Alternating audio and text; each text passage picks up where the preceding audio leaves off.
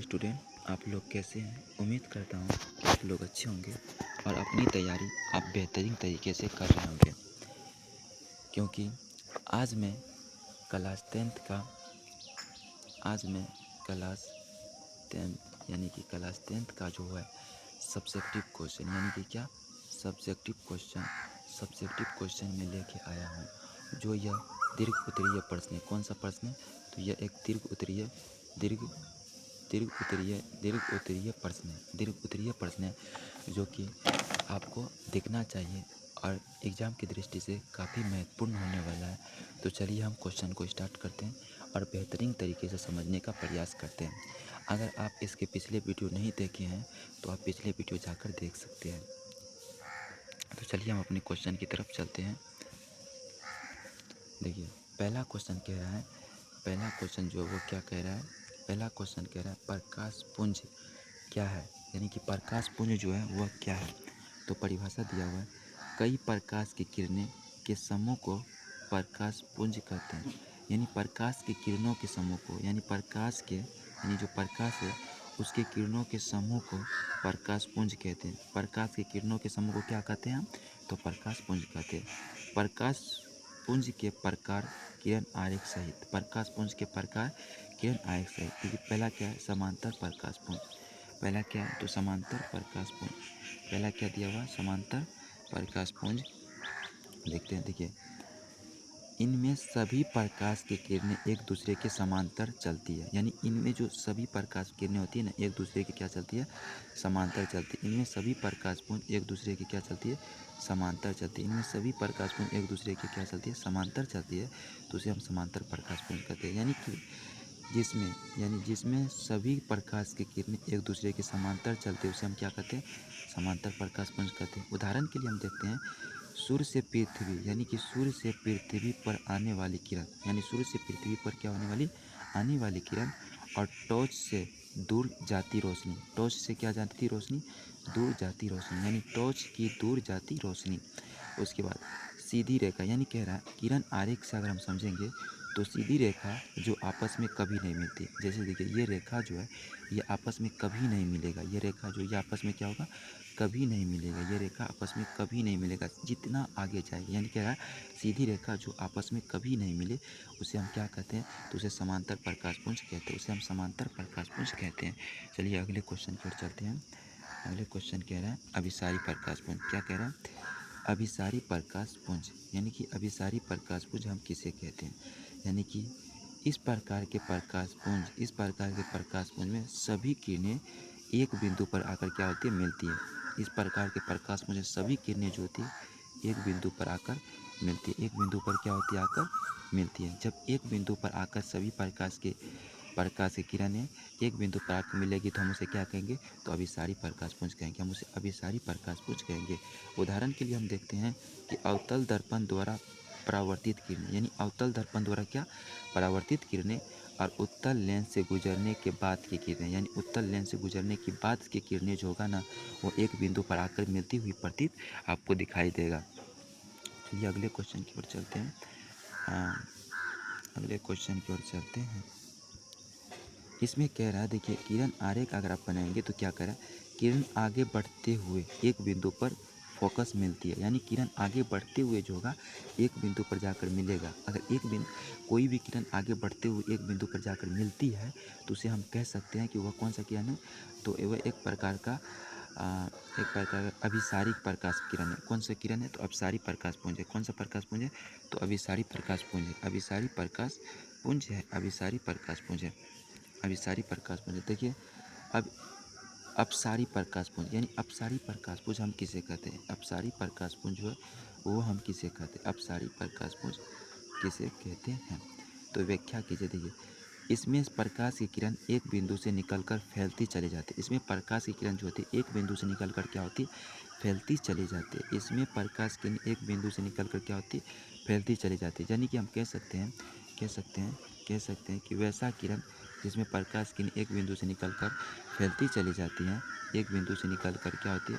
फैलती चली जाती है, अलग अलग दिशा में फैलती चली जाती हैं, तो हम उसे अपसारी प्रकाश पुंज कहते हैं। और इसमें प्रकाश की किरणें एक बिंदु पर निकलकर फैलती चली जाती हैं। और उदाहरण के लिए हम देखें तो बल्ब से निचले वाली रोशनी यानी बल्ब से निकलने वाली रोशनी और उत्तल दर्पण से परावर्तक के किरणें यानी उत्तल दर्पण से परावर्तन की किरणें। अगर हम किरण आरेख खींचेंगे तो इसको समझ लीजिए, किरण आरेख अगर हम खींचेंगे तो किरणों आगे बढ़ते हुए एक बिंदु से एक दूसरे से दूर हो जाती है। किरण आगे बढ़ते हुए क्या होगी, एक दूसरे से दूर हो जाएगी। अगर कोई किरण आगे बढ़ते हुए एक दूसरे से दूर होते जाएगी तो हम उसे कह सकते हैं कि वह कौन सी किरण है, अपसारी किरण पुंज, अपसारी प्रकाश पुंज है, वो अपसारी प्रकाश पुंज है। चलिए 2 नंबर क्वेश्चन को हम देखते हैं। 2 नंबर क्वेश्चन क्या कह रहा है, 2 नंबर क्वेश्चन ये है, 2 नंबर क्वेश्चन ये है। 2 नंबर क्वेश्चन कह रहा है कि 2 नंबर क्वेश्चन जो वो कह रहा है, गोलीय दर्पण के ध्रुव, मुख्य अक्ष, वक्रता केंद्र तथा फोकस के किरण किरण आरेख द्वारा दर्शाए। किरण आरेख द्वारा क्या करें, दर्शाए। देखिए गोलीय दर्पण के ध्रुव, मुख्य अक्ष, वक्रता केंद्र तथा फोकस को किरण आरेख द्वारा क्या करें, दर्शाए। किरण आरेख द्वारा दर्शाए। देखिए आप क्वेश्चन को जितने आसान तरीके से समझेंगे, यानी कि क्वेश्चन को आप जितने आसान तरीके से समझेंगे ना, क्वेश्चन को जितने आसान तरीके से आप समझेंगे उतनी आसान तरीके से आपका जो है ना आंसर हो जाएगा। आपको आंसर उतनी आसान तरीके से समझ में आ जाएगा। तो चलिए हम ध्रुव को देखते हैं। दर्पण के मध्य बिंदु को ध्रुव कहते हैं, यानी दर्पण का जो मध्य बिंदु होगा उसे हम क्या कहेंगे, ध्रुव कहेंगे। और मुख्य अक्ष, ध्रुव तथा वक्रता केंद्र को मिलाने वाली सीधी रेखा, यानी ध्रुव तथा वक्रता केंद्र को मिलाने वाली सीधी रेखा जो होगी ना, मिलाने वाली सीधी रेखा, उसको हम क्या कहेंगे, तो ध्रुव कहेंगे। उसको हम क्या कहेंगे, तो ध्रुव कहेंगे। वक्रता केंद्र, यानी वक्रता केंद्र किसे कहेंगे, उस गोले का केंद्र जिसका भाग दर्पण हो, यानी उस गोले का केंद्र जिसका भाग क्या हो, दर्पण हो, हम उसे वक्रता केंद्र कहेंगे। वक्रता केंद्र किसे कहेंगे, इसे वक्रता केंद्र कहेंगे। इसे हम मुख्य अक्ष कहेंगे, ये जो रेखा गया इसे हम मुख्य अक्ष कहेंगे। इसे क्या कहेंगे, हम मुख्य अक्ष कहेंगे, ये जो रेखा गया है। उसके बाद इसे हम मुख्य फोकस कहेंगे, इसे मुख्य फोकस कहेंगे। और इसे क्या कहेंगे, इसे कहेंगे ध्रुव। इसे हम क्या कहेंगे, ध्रुव कहेंगे। तो इसे हम ध्रुव कह सकते हैं। तो उसके बाद क्वेश्चन देखिए, अगले क्वेश्चन की तरफ, मुख्य फोकस, यानी कि मुख्य अक्ष के समांतर आने वाली प्रकाश किरणें परावर्तन के बाद जिस बिंदु पर मिलती है, यानी मुख्य अक्ष के समांतर आने वाली प्रकाश किरणें मुख्य अक्ष के समांतर आने वाली प्रकाश किरणें परावर्तन के बाद जिस बिंदु पर मिलती है उसे हम क्या कहेंगे, उसे हम मुख्य फोकस कहेंगे। अगर ये डायग्राम बनाना चाहते हैं तो बना लीजिए, क्योंकि ये डायग्राम बहुत इंपॉर्टेंट है, क्योंकि आप डायग्राम के साथ अगर बनाते हैं तो आपको फुल क्वेश्चन यानी कि फुल मार्क्स मिलने वाला है। तो चलिए अगले क्वेश्चन की ओर चलते हैं, और अगले क्वेश्चन क्या कह रहे हैं उसको हम बेहतरीन तरीके से समझने का प्रयास करते हैं। तो चलिए हम अगले क्वेश्चन की ओर तो आ गए हैं, अगले क्वेश्चन देखते हैं। अगले क्वेश्चन जो हम करते हैं, देखिए क्या कहते हैं। तो अगले क्वेश्चन जो वह कह रहा है, अगले क्वेश्चन क्या कह रहा है, अगले क्वेश्चन कह रहा है निम्नलिखित अंतर बताए, यानी निम्नलिखित में से अंतर बताए, यानी किसका, पहले उत्तल दर्पण और अवतल दर्पण का, यानी क जो है इसमें क्या करा, उत्तल दर्पण और अवतल दर्पण का अंतर बताए। तो अवतल दर्पण का हम अंतर देखेंगे, उसके बाद उत्तल दर्पण का देखेंगे।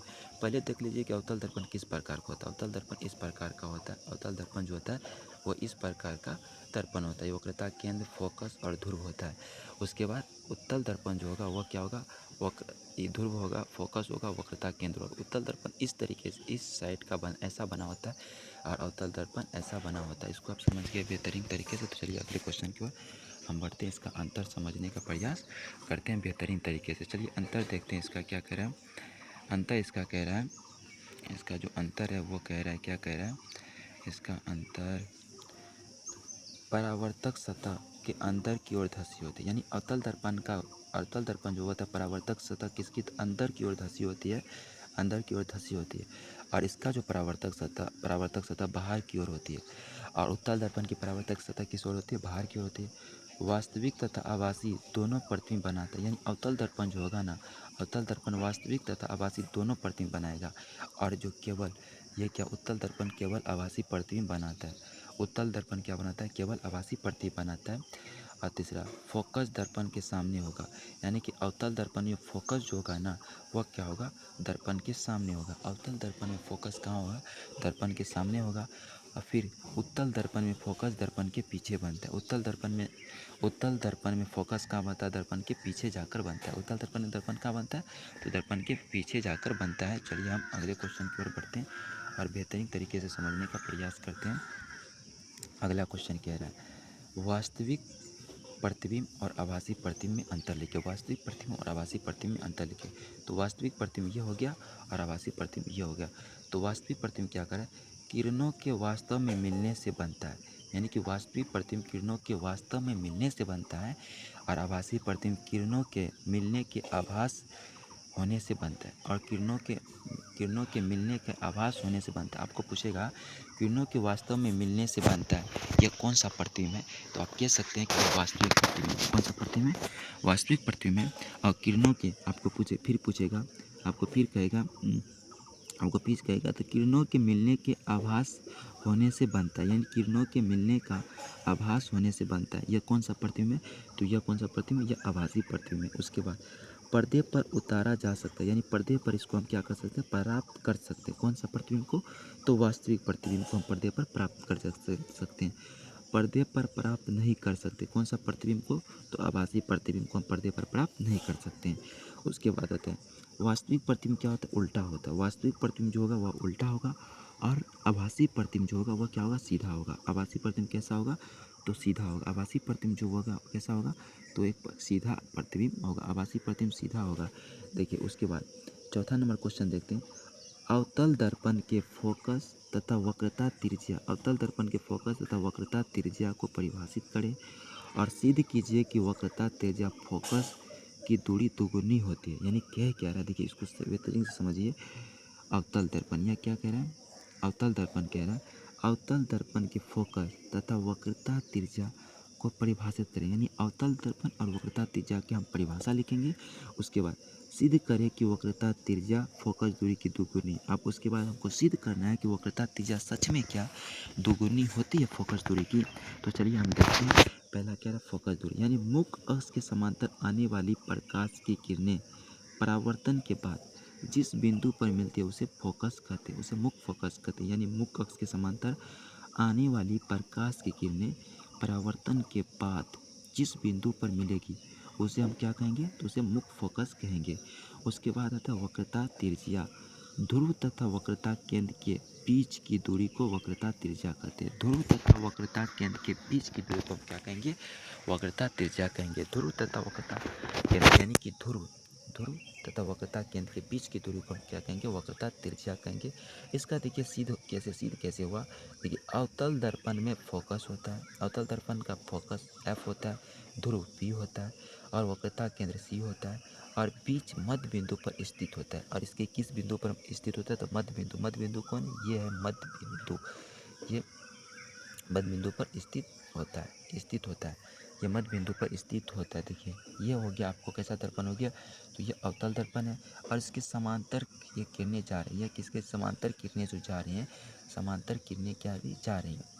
ये उसके समांतर किरणें जा रही हैं। उसके बाद देखिए हम यहाँ सिद्ध किया हुआ। देखिए निष्कर्ष जो निकला है एफ पी और सी के बीच मध्य बिंदु, यानी एफ पी और सी के बीच जब मध्य बिंदु होगा तो अतः हम कह सकते हैं कि पी एफ, यानी कि पी से लेकर एफ तक, यानी पी से लेकर एफ और एफ से सी तक, मुझे क्या है? एफ सी तक और एफ से सी तक, एफ से सी तक, यानी कि पी से एफ और एफ से सी तक बराबर कह सकते हैं कि एफ बराबर R/2। बराबर कह सकते हैं कि एफ बराबर क्या होगा? एफ बराबर जो होगा ना ये इसको एफ बराबर क्या होगा? R/2। एफ बराबर जो होगा ना ये एफ बराबर क्या होगा? R/2 और R बराबर 2F हम कर सकते हैं। R बराबर 2F हो सकता है, R बराबर 2F होगा। तो चलिए अब अगले क्वेश्चन की